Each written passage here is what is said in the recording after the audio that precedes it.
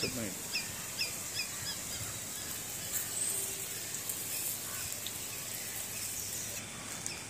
आज या ठिकाणी जे बघत असाल आपण, आता मी व्हिडिओमध्ये आपल्याला दाखवलेलं आहे की सोल्जर शाहू विद्यालय शाळेसमोर लाल कट्ट्याच्या बरोबर समोर दिलीप पाटलांच्या घराला लागून जे गटर आलेले आहे ते पूर्ण पाणी या ठिकाणी वड्यामध्ये आणि वड्याच्या मार्गे नदीमध्ये चाललेलं आहे। आता या ठिकाणी काही नागरिक माझ्याबरोबर आहेत, त्यांचं म्हणणं असं आहे की पूर्वी या ठिकाणी गटर होती, पण कालांतराने ती गटर मुजवण्यात आली आणि या ठिकाणी JCBच्या साह्याने एक प्रवाह तयार करण्यात आला आणि हे सगळं जनावदार पेठेतील गटराचं पाणी 2-3 गल्ल्यांचं हे नदीमध्ये मिक्स होत आहे आणि खाली तर मायामध्ये पावसाच्या पाण्यानं तळ्याचं स्वरूप आलेलं आहे। सगळ्या या ठिकाणी राहणाऱ्या नागरिकांना याचा ढासाचा त्रास व्हायला लागलेला आहे।